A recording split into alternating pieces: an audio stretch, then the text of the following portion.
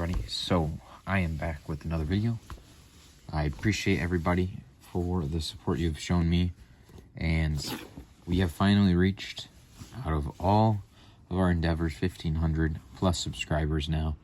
I want to say thank you very much again, and please make sure you leave a like and comment down below on the video if you do enjoy these. It helps me out, helps the algorithm, they call it. But I wanted to touch basis on a couple things here. I got everything shipped out from the progressive lot stream. I don't think I talked about what progressive lots is in my last video. I'll pop up a screenshot up here. Pretty much progressive lots is you, as the dollar goes up, the dollar amount the bids roll through, the more cards you would then put out and sell during that auction. So for example, you might start off with a card like this, Anthony Edwards, Green Ice, PSA 9, and then maybe have a stack of cards also. So this is like, you know, the bread and butter. I know last comp on this thing was 45 bucks because I paid full comp on it from a younger collector there. So I cashed him out at full comp on that thing. Hardly ever do that, but wanted to help him out that night at trade night. Speaking of trade night, I have a trade night tomorrow, so preparing for that and hopefully getting this video out for you guys. Technically when you see this, it's today, well, on the original day of posting. But let me get back to my original points before I go through. So you run through, I literally sold a 4-row box full of cards and 3-row boxes, and pretty much literally I have 5 cards here of a 2-row box, and then like 2 500 counts and an 800 count box full of cards, literally every single card. Literally I sold through, shoot, just in two orders alone had 18 and 30, so 31 pounds in two packages. I'll put up the photo that I took for one of the packages. Absolute amazing package job. And the other one, even I would say even up to those standards.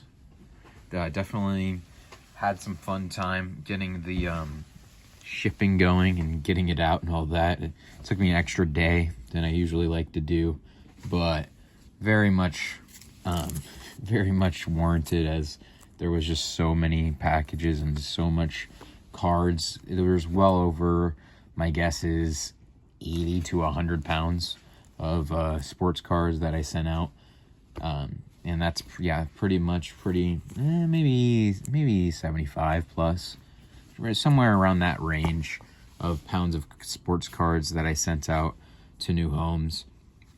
So in the future, my plans for the progressive lots would be maybe once every 6 months, potentially. It depends on how many cards I actually acquire and all that. I'm not going to go out of my way to acquire to do these lots. If the deals, you know, present themselves and all that, I might pay, you know, like depending on the cards and all that, like rookies, inserts, superstar, vets, certain cards I might pay a penny for, maybe less. I don't know how much it would be worth it for people to sell them off to me. It depends on the cards too. It depends on, you know, how many cards there are and all that. Just in terms of like, are there going to be any big name players? Are there going to be any numbered? Are there going to be any patches, RPAs, autos, yada, yada, yada? I'll pay stronger on those lots.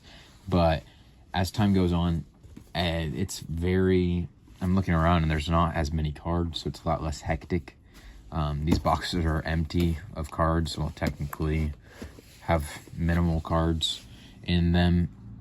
And yeah, so I have actually the total dollar amount that I would have, or that I did make, that's paid out to me right now by Whatnot for it. I ended up paying a lot less in shipping than I thought.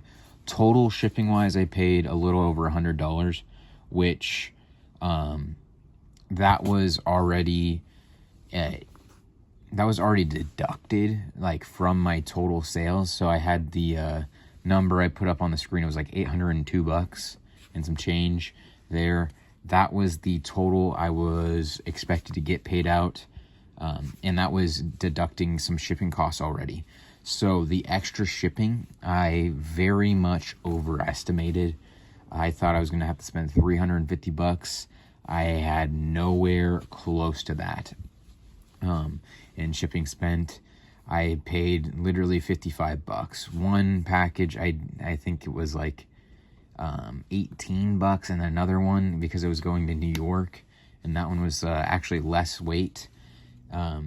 It cost me $45, so it was like 18 and like, so it cost me $55 together. So however the math equates there, I think it was like 13 and something on the other, but however the math equates there, I paid 55, and one was even heavier by 5 pounds, but because it was only a state over, that costed me a lot less there. And yeah, so that costed me literally double to send 5 pounds less, which is really wild.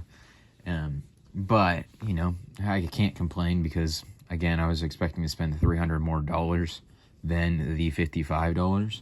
So my total paid out was $760, which, considering 4 hours of streaming, I'm clearing out inventory, getting a fresh start, preparing to hopefully restock in the future. Also getting cars and new homes. I got quite a bit of new customers, all that, you know, helps fulfill needs for old customers. And I moved some of my higher dollar stuff. A little impartial there, just because I know I could have gotten more on some of the lots and all that if I would have just sold then and sold the, but you know, this way I know I grow my whatnot more and more, because we now hit 3,700 followers on whatnot, and a big thing there is to just continue growing and to actually, you know that I have that capability of selling. So if I ever do decide one day I want to get a card shop, I want to make my own card shop, that I have this outlet that most people just don't, in the terms of liquidity. So I think one of my favorite sayings is going to be, provide yourself liquidity. I think one day that'll be probably our first merch is PYL. Notice he said something about PYL, and then I'll have maybe my logo or something, something or the other somehow. Because PYL could mean whatever you want it to mean for yourself. It could be pick your losses, prove your love, or you know, a whole bunch of different meanings. I came up with some. I don't think I didn't write any of them down, but I'm sure I could come up with some later. I'm really tired right now, so not trying to like get this going wildly and have this be like a super long video, but I kind of wanted to touch on to that. So out of the $760, I probably spent, because I said less than 4 hours, I probably spent another good, I want to say maybe 10 or so hours. I would guess 10, maybe 11. Let's just put it at 15 hours. So do the hourly rate there. So we were doing 760 divided by 15 hours. So $50 repeating there per hour, just extra revenue that I wasn't expecting to make. And I kind of have an idea in the future. I might give a little sneak peek on how we can use this thing here too, but it's going to be like, there's like a note pad here and I can write on it and all that. Let me, kind of already been working on a video idea potentially, but you can see I can write stuff, so I can write in real time and all that, and I'm just kind of free whimming it off the whim there. But so that could be fun, something to entertain us while we go on the screen. That wasn't really the intention of that. I'm not really a gift person, but my mom decided to get me something for Christmas, and she gave it to me early. But not the biggest gift guy ever since my dad left when I was like 13 or so there. Just because I'd rather, I don't know, I'm not the biggest gift guy. All right, so I wanted to talk about the higher end in the certain dollar price point of sports cards. So there's a lot of certain cards and all that, like Tila, Zebra, Premier Level, Die Cut.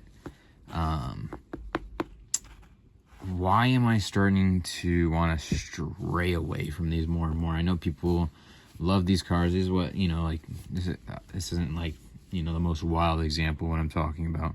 But this is literally, like, I don't know. When you're talking, glorifiedness of the sports card hobby, these things, the cardboard worth,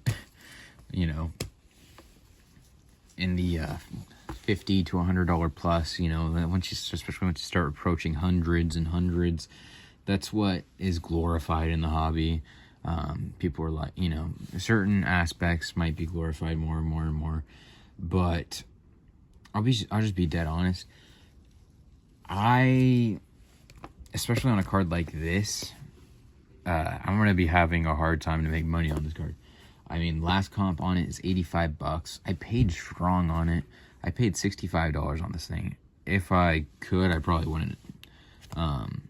Again, I mean, there's other comps pretty much directly after that for like around 55 or so of different cards. Obviously, this one's a little new, and I don't think this one has been listed or is listed. I'm not too sure. But yeah, it's so difficult. Like, even if I did get last comp, spend $5, let's just say you have to remove 3% there also. So like, what, how much are you actually? It's like $2.50. Let's just say $7. So like, you get $77, $76. So to spend 65 to make 11, I mean, you're getting a decent return, but you have to have that guaranteed sell at the last comp to do that even, and that's not giving yourself room. And that's me paying strong in the market right now on that card. Honestly, I'd probably rather buy Pokemon and pay, darn near pretty much close to comps. I have pretty decent example. I bought a lot that was worth $124 for Pokemon. I got it for $100 shipped to me. Right now, the value of those cards, I'll pop up a screenshot right now. It's increased to $140. They're very, I would say they're relatively decently liquid, low end or lower end Pokemon cards. It's stuff, there's Charmander Baby Shiny, Pikachu Baby Shiny, certain cards like, illustration rare, whatever, yada, yada, yada. And yeah, that thing's already, already paying that 40% return, where I have to get lucky to get cashed out on comp to even, make a little bit of a 10% return, given the reason why the price increase for Pokemon like that and those cards was very much in part of the TCG players TCG player Black Friday sale. There you go, in the Cyber Weekend sale that they did. And that's the reason why my TCG player count is actually starting to get more, or it started to get a little bit of traction. And I had like a 8 card purchase today from somebody, sent that out to them, so that's on their way. I already have 5 feedback on there, which is pretty good, to be honest. Especially how, like, I started like maybe like listing like 2 weeks ago. Well, actually, technically, probably maybe 3 or so weeks ago. Less than a month, and I haven't really been focusing on it super wildly. I want to start focusing on more and more and more. Get up to that seller 4. Not too sure what the rundown will be. I don't know how much time I should put into it. It'll be something, just as a fun side project for me, I think, would be the main thing. Give me an avenue to increase my revenue and, diversify my business outlets for revenue, extra money to make, and also extra content to make. There's something, I don't know. There's something about the market where people are like, I'm paying $900 for this card, and I'm gonna go and trade it away. Whatever the heck the next fad is, the fad that's popping off in people's YouTube videos that, like, this card's moving for this, that card's moving, I know Jeff Wilson's an example there. Like, they'll do literally like $200,000 trades or whatever, I don't even know, right? But for me, it's not achievable and attainable, and it's not something that the everyday person, the everyday collector is going to do. As cool as it is to find, as cool it is to try to trade and buy and sell cards in the multiple hundreds. If I'm having issues trying to sell stuff and buy stuff that's $85, can you imagine how much issue they're having trying to sell and buy stuff that are multiple hundreds of dollars? I mean, I understand they have their wholesalers, they have their repackers, and they have this and that, and the people that'll cash them out. But how are those people making money? I understand they have repackers and those ones but where does the cost and the offset? Someone has to lose eventually, right? So repackers, they put the repacks in the products. They have the floor, so if you hit the floor, you're the one who's getting screwed there. And then you get a card like this, an $85 card, let's say. $85 cards, more probably around $55 is my fair value, I guess. I don't know, maybe 50. And I paid stronger than that. Then you get, someone like me that now I'm even kind of contemplating buying $50 and up cards. Like, is it worth it for me to offer? I have to offer, whatever the heck 70, at least 70%, or else I'm just laughed at on a $50+ card. I mean, it would be different if I had somebody who would be like, I could message somebody to offload one card. And then now I don't know how they buy and all that too. And I know they were trying to get away from the lower dollar stuff and all that. It's a whole different thing. But somewhere, someone has to, take that loss. Not sure where it gets transferred to. And then at the certain point, it's like, if I'm even contemplating buying $50, $85 cards, how many other people are contemplating buying $50, $85 cards because of how difficult it is to actually buy and then sell that card?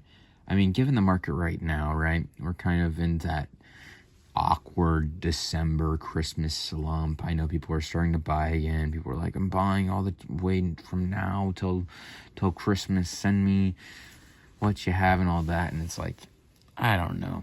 I'm just a little, I don't know. I'm taken aback by, I don't know I don't understand the actual, I don't know. Is anyone else thinking about that? How the market's is the market actually marketing? I don't know, because I know the $85 comp is there. But I also understand that this is realistically right now probably a $50 or so card. I know the $85 comp is there. Not sure how many people would cash me out at the $85 comp or not, but if someone would do like then I do a percentage and then I get, if I get 80% on the zebra at $85 comp, that's more than the $55 value. I don't understand it. Sorry, I'm just very tired too right now, but I wanted to kind of give an update, kind of give you where my thought process is on cards that are over $50. I mean, shoot, even up to a certain price point. I don't think the, average Joe, so to speak, is going to be willing and wanting to go and spend even up to $85 on a single card. I just don't see that happening much. That's why, in that 1 to, somewhat $40 range, it's like, I don't know, it feels like the sweet spot to me. Cards are just a lot easier. It feels more obtainable for the everyday person. It's not like it's going to be, buy 2 cards and then you're out of, half, your paycheck, half your paycheck for a week, or your week paycheck, however you want to look at it, right? I don't know. That's where my mind's at right now. But I appreciate you guys for watching, taking it easy with me. Sorry for the ramble and the rant. Very tired, so gonna get this one edited and hopefully ready to post for you guys. Gotta go. Take it easy. Have a good one. See you in the next video.